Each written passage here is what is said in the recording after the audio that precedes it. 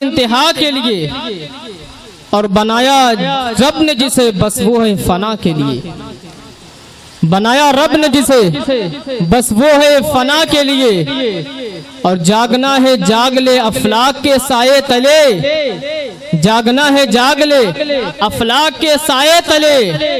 हश्र तक सोना पड़ेगा खाक के साये तले। वाह वाह वाह वाह वाह। हश्र तक सोना पड़ेगा खाक के साये तले। और शायर कहता है कि आगाह अपनी मौत से कोई बशर नहीं। आगाह अपनी मौत से कोई बशर नहीं। सामान 100 बरस का पल की खबर नहीं। सामान 100 बरस का पल की खबर नहीं। आये करीमा की जिस हिस्से की मैंने तिलावत करने का शरफ हासिल किया है, इस महफिल की मुनासिबत से मैंने आयत करीमा की तिलावत करने का शरफ हासिल किया है।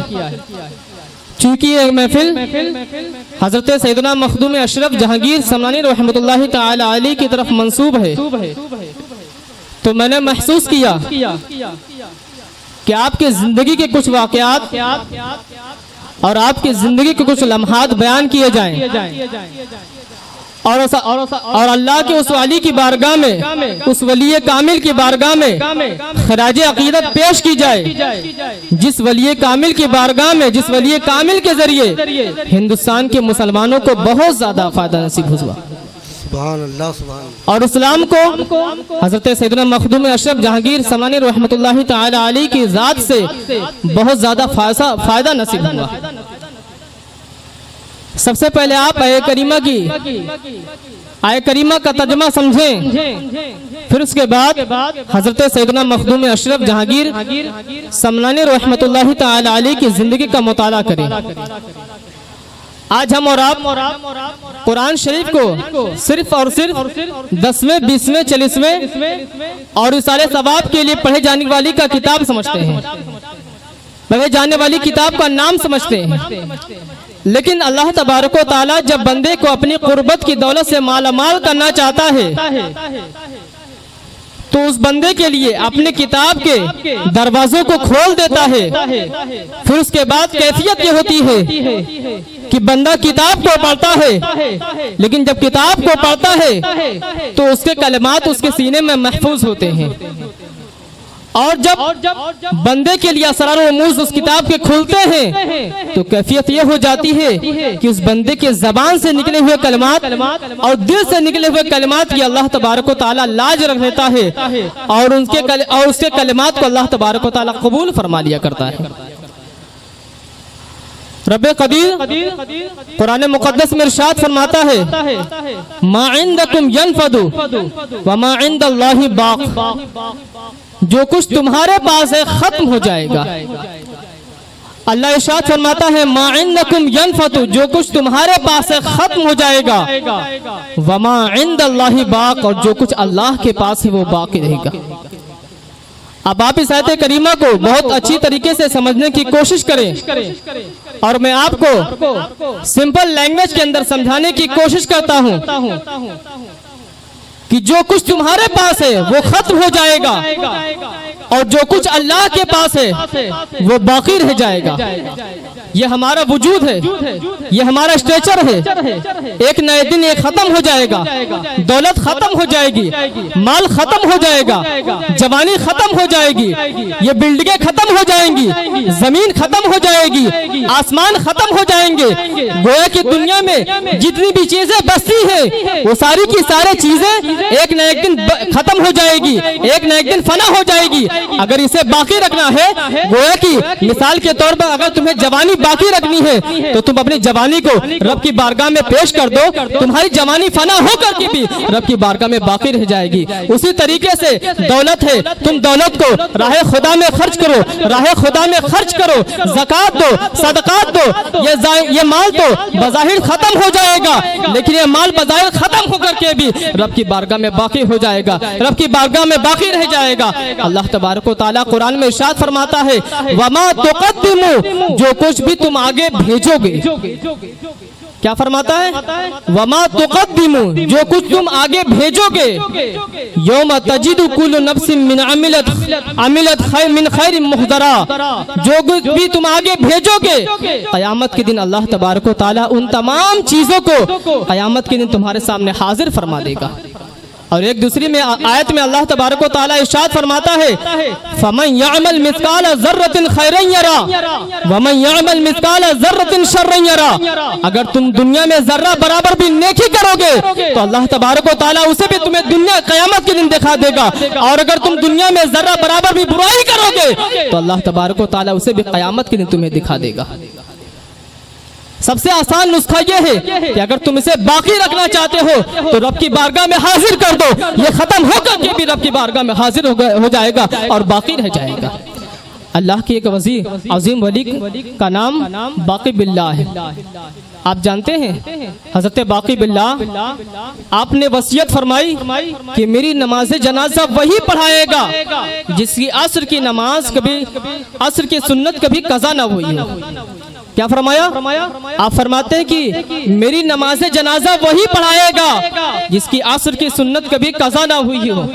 आपका इंतकाल हो गया, आपका विसाल हो गया, आपको गुस्ल देने के बाद, कफन में लपेटने के बाद, जनाजा तैयार है, लोग सब बंदी करके खड़े हुए हैं, लेकिन कोई भी आगे नहीं बढ़ रहा है कि आगे बढ़ करके आपके नमाज जनाजा पढ़ा दे। सबके दिल में यह तसव्वुर पैदा होता है और यह ख्याल आता है कि बाकी बिल्लाह ने मुझसे कहा था, बाकी बिल्लाह ने वसीयत की थी कि मेरी नमाज जनाजा वही पढ़ाएगा कि जिसकी असर की सुन्नत कभी कज़ा ना हुई।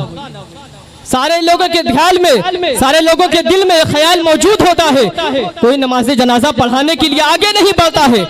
इतने में क्या देखते हैं, एक घुड़सवार करीब आ रहा है, लम्हा लम्हा करीब आ रहा है, और वो घुड़सवार करीब आकर कहता है कि लोगों क्या माजरा है, क्या मामला है, तुम खड़े क्यों हो? तो लोगों में से किसी ने कहा कि बाकी बिल्लाह का इंतकाल हो गया है। तो घुड़सवार ने कहा नमाज जनाजा पढ़ो, खड़े क्यों हो? तो किसी ने जवाब दिया कि बाकी बिल्लाह की वसीयत थी कि मेरी नमाज जनाजा वही पढ़ाए जिसकी असर की सुन्नत कभी कज़ा न हुई हो। वो घुड़सवार घोड़े से उतरते हैं, घोड़े से उतरने के बाद जनाजे के सामने हाजिर हो जाते हैं और कहते हैं लोगों खड़े हो जाओ, खड़े होकर के सब बंदी कर लो, मैं बाकी बिल्लाह की नमाज जनाजा पढ़ाऊंगा।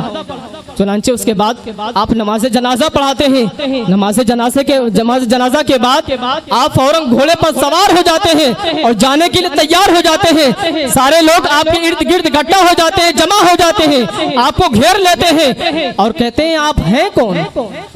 आप हैं कौन? कि बाकी बिल्लाह ने वसीयत फरमाई थी कि मेरी नमाज जनाजा वही पढ़ाए जिसकी असर की सुन्नत कभी कज़ा ना हुई हो, लेकिन आप तो आए और धड़ल्ले के साथ आप बाकी बिल्लाह की नमाज जनाजा पढ़ाकर जा रहे हैं, आप हैं कौन? घुड़सवार जब अपने चेहरे से नकाब हटाता है तो दुनिया क्या देखती है कि जो लेटे हैं वो भी बाकी बिल्लाह है और जो खड़े हैं वो बाकी बिल्लाह है। मालूम क्या हुआ कि जो रब की बारगाह में फना हो जाता है वो फना होकर कि रब की बारगाह में बाकी रहा करता है, फना होकर कि रब की बारगाह में बाकी रहा करता है। इसीलिए तो शायर कहता है कि होती है इब्तिदा आलम की इंतहा के लिए, बनाया रब ने जिसे बस वो है फना के लिए, बनाया रब ने जिसे बस वो है फना के लिए। अब आप अकेले में बैठ करके, तन्हाई में बैठ करके अपने उन औकात को याद करें जिन औकात में आपने याद इलाही में, जिन औकात को आपने याद इलाही में गुजारा होगा, जिन औकात को आपने सजदे में रह करके अल्लाह की याद में गुजारा होगा। अकेले में बैठ करके, तन्हा बैठ करके आप उन कलमात को याद करें तो यकीन मारे आपके दिल के अंदर एक ऐसी जलन पैदा होगी कि वो लम्हात कितने अच्छे थे जो याद इलाही में गुजरा करते। एग्जाम्पल के तौर पर आप समझें कि माह रमजान अभी 2 महीना कब्ल गुजरा है। रमजान में बंदा अल्लाह की इबादत करता है, अल्लाह के लिए रोजा रखता है, अल्लाह के लिए कुरान शरीफ की तिलावत करता है, अल्लाह के लिए ज़कात देता है, खालिस अल्लाह के लिए एतिकाफ करता है। बंदा जितनी भी इस्तात उसके अंदर होती है, बंदा करने की ताकत, बंदा करने की शुरुआत करता है। लेकिन जब माह रमजान गुजर जाता है, फिर उसके बाद जब वो बंदा अकेले बैठ करके याद करता है कि वो लम्हात कितने अच्छे थे, वो लम्हात कितने प्यारे थे, तो याद इलाही में गुजरा करते थे। वो लम्हात कितने प्यारे थे जो मैं सजदे में गुजार करके और रब की बारगाह में रब्बिल आला की सना, सुभान रब्बिल आला की सदा बुलंद किया करता था। अब आप आइए हज़रत सैयदना मखदूम अशरफ जहांगीर समनानी रहमतुल्लाहि ताला अलैह की जिंदगी का मुताला करें और फिर उसके बाद आए करीमा से आप कंपेयर करेंगे तो आपको पता चलेगा कि हज़रत सैयदना मखदूम अशरफ जहांगीर समनानी रहमतुल्लाहि ताला अलैह ने कितनी बड़ी कुर्बानी दी है। दुरूद पाक पढ़े, अल्लाहुम्मा सल्ली अला सैयदना मौलाना मुहम्मद कमा तुहिब्बु व तर्दा बिअन तुसल्ली अलैहि सलातो व सलाम अलैका या रसूल अल्लाह सलातो व सलाम अलैका या हबीब अल्लाह सल्लल्लाहु तआला अलैहि वसल्लम। हजरत मखदूम अशरफ की विलादत बिना हुई है, उससे कबल आपके वालिद का नाम इब्राहिम है। क्या नाम है? आपके वालिद का नाम इब्राहिम रहमतुल्लाहि ताला अलैह है। आप एक मरतबा अपनी बीवी के साथ बैठे होते हैं, इतने में क्या देखते हैं, एक मजजूब करीब आ रहे हैं। जब मजजूब करीब आ जाते हैं, हजरत इब्राहिम खड़े हो जाते हैं और खड़े होने के बाद आपका इस्तकबाल करते हैं और इस्तकबाल करने के बाद आपको बिठाते हैं, आपके लिए दस्तरखान का इंतजाम करते हैं। हजरत इब्राहिम रहमतुल्लाहि ताला अलैह खामोश रहते हैं, मुतफक्किर होते हैं। मजजूब आकर कहते हैं आप मुतफक्किर हैं, आप किसी गौर फिक्र में पड़े हुए हैं, आप किसी चीज को सोच रहे हैं। तुमको औलाद नरीना चाहिए, तुमको औलाद साले चाहिए, तुमको नेक औलाद चाहिए। हजरत इब्राहिम कहते हैं जी हुजूर, मुझे अल्लाह की बारगाह में अल्लाह की मर्जी से मुझे नेक औलाद की उम्मीद है। हजरत इब्राहिम का कहना होता है, वो मजजूब कहते हैं कि अल्लाह तबारक व तआला तुम्हें नेक और सालेह औलाद अता फरमाएगा। वो मजजूब कहते हैं कि अल्लाह तबारक व तआला तुम्हें 2 औलाद अता फरमाएगा। एक का नाम तुम अशरफ रखना और दूसरे का नाम तुम आरफ रखना।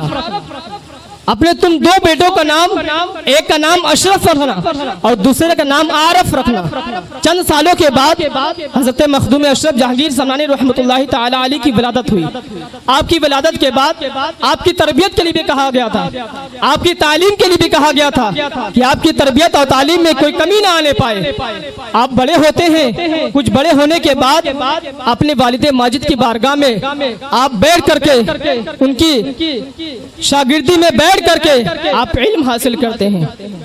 किताबों में आया है, मिरतुल असरार के मुसन्निफ लिखते हैं कि खालिस 6 साल की उम्र में आप सबाक क़िरात के कारी हो गए। कितनी उम्र में? 6 साल की उम्र में आप सबाक क़िरात के कारी हो गए। सुभान अल्लाह। और 6 साल की उम्र में सबाक क़िरात के कारी होने के साथ साथ आप एक अच्छे हाफिज भी हो गए। सुभान अल्लाह। और जब आप 14 साल की उम्र को पहुंचे हैं तो तमाम उलूम नक़लिया और तमाम उलूम अक़लिया के आप आलिम बन चुके हैं। और जब आप 15 साल की उम्र को पहुंचते हैं तो आपके वालिद माजिद का इंतकाल हो जाता है। आपके वालिद माजिद का इंतकाल होने के बाद चूंकि आपके वालिद समनान के बादशाह थे, तो चूंकि बादशाह के इंतकाल के बाद हजरत सैयदना मखदूम अशरफ को आप पे तख्त पर बिठा दिया जाता है। तख्ते शाही, ताजे शाही आपके सर पर सजाया जाता है। हजरत सैयदना मखदूम अशरफ जहांगीर समनानी रहमतुल्लाहि ताला अलैह सिर्फ और सिर्फ 15 साल की उम्र में समनान के बादशाह बन जाया करते हैं। आप गौर कर सकते हैं और सोच सकते हैं कि हमारे यहाँ तो 15 साल के बच्चों की सही से बोलने की भी कैफियत नहीं होती है, सही से बोलने की भी ताकत नहीं होती है। लेकिन हजरत सैयदना मखदूम अशरफ जहांगीर समनानी रहमतुल्लाहि ताला अलैह 15 साल की उम्र में आप समनान के बादशाह बनते हुए नजर आते हैं। नारे तकबीर, नारे तकबीर, नारे रिसालत, नारे रिसालत, उर्से मुक़द्दस, उर्से मुक़द्दस, नारे तकबीर, नारे रिसालत, नारे हैदरी। दुरूद पाक पढ़ें, अल्लाहुम्मा सल्ली अला सय्यिदिना मौलाना मुहम्मद कमा तुहिब्बु व तुरदी। सलातो वसलाम अलैका या रसूल अल्लाह, सलातो वसलाम अलैका या हबीब अल्लाह सल्लल्लाहु तआला अलैहि वसल्लम। 15 साल की उम्र में आप तख्ते शाही पर बैठते हैं और 15 साल की उम्र के बाद 15 से लेकर 25 साल की उम्र तक आप बादशाहत के काम को अंजाम देते हैं। जब आप 25 साल की उम्र को हो जाते हैं, फिर उसके बाद हजरत खिज़र अलैहिस्सलातु वस्सलाम आप पे करीब आते हैं और कहते हैं अशरफ तख्तो ताज को छोड़ो, वस्ल इलाही के लिए निकल जाओ, हिंदुस्तान में तुम्हारे पीर और मुर्शिद तुम्हारा इंतजार कर रहे हैं। अलाउल हक पंडवी रहमतुल्लाहि ताला अलैह तुम्हारा इंतजार कर रहे हैं। हजरत मखदूम अशरफ अपनी माँ के करीब जाते हैं और कहते हैं अम्मी जान मुझे इजाजत दे दीजिए, मुझे परमिशन दे दीजिए, मैं हिंदुस्तान जाना चाहता हूँ। मुझे मेरे पास हजरत खिज़र अलैहिस्सलाम आए थे और मुझे अल्लाह की तरफ से हुक्म हुआ है कि मैं हिंदुस्तान जाकर के दावत व दीन का काम अंजाम दूं।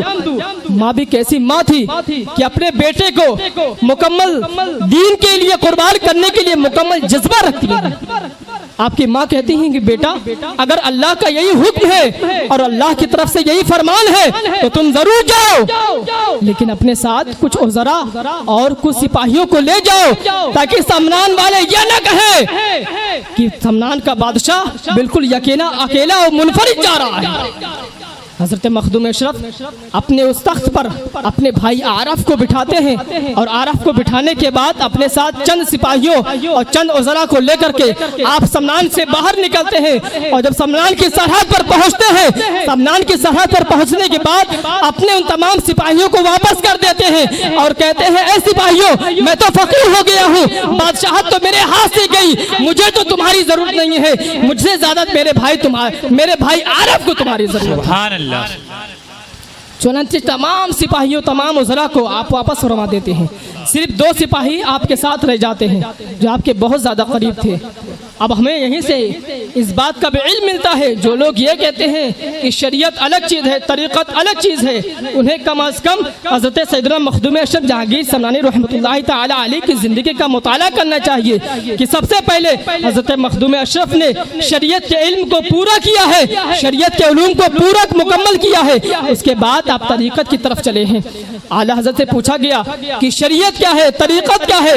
आप फरमाते हैं शरीयत ये जीना है और तरीक़त जलवे बालाए बाम है। जब कोई जीने को तय करता है उसके बाद जब अल्लाह की तरफ से एक हल्की सी तजल्ली भी मिलती है, गोया कि तरीक़त का आगाज हो रहा है।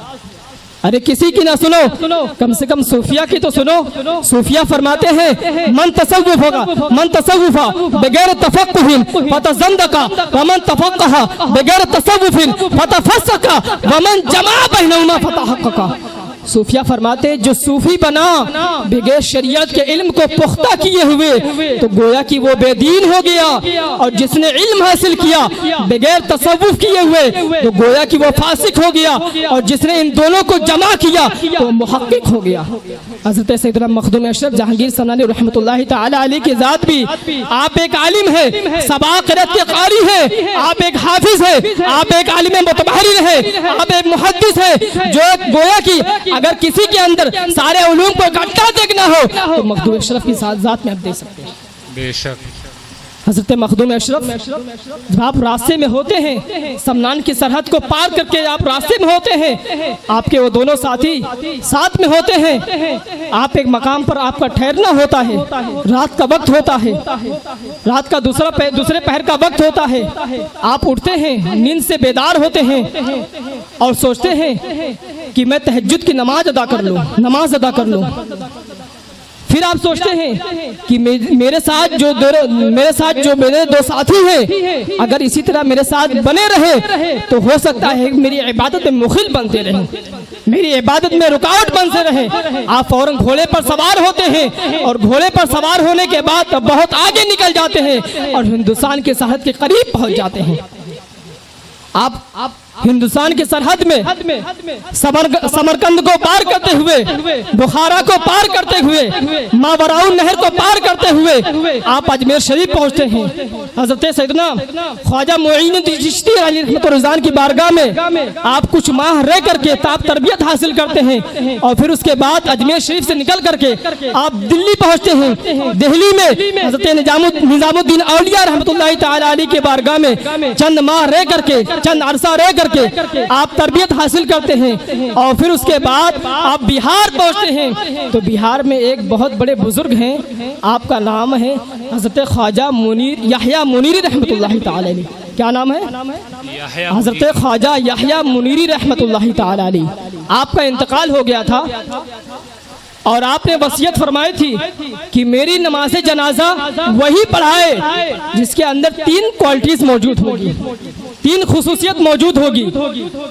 पहली तो ये कि वो तारिकुल सल्तनत हो, दूसरी ये कि वो सबा क़िरात के क़ारी हो, और तीसरी ये कि वो सहीह नसब सय्यद हो। जब हजरत मखदूम अशरफ जहांगीर समनानी रहमतुल्लाहि ताला अलैह आप बिहार पहुंचते हैं और हजरत ख्वाजा याह्या मुनीरी रहमतुल्लाहि ताला अलैह के नमाज जनाजा लोग खड़े होकर हाजिर कर रहे होते हैं कि वो 3 खुसूसियत वाला आए तो याह्या मुनीरी की नमाज जनाजा पढ़ी जाए। जब हजरत मखदूम अशरफ जनाजे के करीब पहुंचते हैं और आप देखते हैं, आप महसूस करते हैं ये तीनों की तीनों क्वालिटीज मेरे अंदर मौजूद है। पहली तो ये है आप समनान के ताज को छोड़ चुके हैं, तारिकुल सल्तनत है। दूसरी खुसूसियत ये है कि आप सहीह नसब सय्यद हैं। हजरत जाफर सादिक रज़ी अल्लाह तआला अन्हु से होकर के आपका शजरा, आपका नसब हजरत इमाम हुसैन तक जाके मिलता है। और तीसरी क्वालिटी ये है कि आप सबा क़िरात के क़ारी हैं। ये 3 खुसूसियत आपके अंदर मौजूद है। कोई नमाज जनाजा पढ़ाने के लिए हाजिर नहीं था। जब मखदूम अशरफ याह्या मुनीरी के करीब पहुंचते हैं तो आप नमाज जनाजा पढ़ाते हुए नजर आते हैं। फिर बिहार से आप बंगाल की तरफ रवाना होते हैं। आपके बंगाल में एक मकाम पड़ता है पंडुआ, एक मकाम है, उस मकाम का नाम है पंडुआ। और उसी पंडुआ में आपके पीर मुर्शिद का क़याम था। आपके पीर मुर्शिद हजरत अलाउल हक पन्नवी रहमतुल्लाहि ताला अलैह आपके इंतजार में होते हैं। चूंकि हजरत खिज़र अलैहिस्सलाम आपके करीब होते हैं और कहते हैं कि आपका एक शागिर्द जो समनान से चल करके आपकी खिदमत में हाजिर हो रहा है और आपसे तरबियत हासिल करने के लिए आपकी खिदमत में हाजिर हो रहा है। हजरत मखदूम अशरफ जहांगीर समनानी रहमतुल्लाहि ताला अलैह पूरे मुकम्मल 2 साल का वक्फा लगा करके तवील मुद्दत के बाद जब आप बंगाल पहुंचते हैं, पंडुआ पहुंचते हैं, तो हजरत अलाउल हक पन्नवी रहमतुल्लाहि ताला अलैह दोपहर के खाने के बाद आप आराम फरमा रहे थे, कालूला फरमा रहे थे। हजरत अलाउल हक पन्नवी रहमतुल्लाहि ताला अलैह आप अचानक से उठकर बैठ जाते हैं और कहते हैं मेरे दोस्त की खुशबू आ रही है, कहते हैं मेरे दोस्त की खुशबू आ रही है। हजरत अलाउल हक पन्नवी रहमतुल्लाहि ताला अलैह उठकर बैठ जाते हैं और अपने तमाम रफ़क़ा, अपने तमाम खुद्दाम को लेकर के पंडुआ के एक मैदान में हाजिर हो जाते हैं और उसी मकाम पर खड़े होकर के आप हजरत सैयदना मखदूम अशरफ जहांगीर समनानी रहमतुल्लाहि ताला अलैह के इंतजार में आप मुंतजिर हो जाते हैं, खड़े हो जाते हैं आपके इंतजार में। हजरत मखदूम अशरफ जहांगीर समनानी रहमतुल्लाहि ताला अलैह का एक छोटा सा काफिला जब करीब आया तो हज़रत अलाउल हक पन्नवी रहमतुल्लाहि ताला अलैह आप उनको अपने सीने से लगाते हैं, आपकी पेशानी पर बोसा देते हैं और बोसा देने के बाद कहते हैं कि आप डोली में बैठ जाइए। क्या कहते हैं? आप डोली में बैठ जाइए। हज़रत मखदूम अशरफ कहते हैं कि हुजूर कैसे हो सकता है कि आप पैदल चले और आपका यह खादिम डोली में बैठ जाए। हज़रत अलाउल हक पन्नवी रहमतुल्लाहि ताला अलैह कहते हैं कि तेरे सैयद होने का और तेरे सियादत होने का वही मकाम है जो मैं तुझे बता रहा हूँ। हज़रत अलाउल हक पन्नवी रहमतुल्लाहि ताला अलैह का इशारा करना होता है कि हज़रत मखदूम अशरफ जहांगीर समनानी रहमतुल्लाहि ताला अलैह डोली में बैठ जाते हैं और डोली में बैठने के बाद आप खानका की तरफ रवाना हो जाते हैं।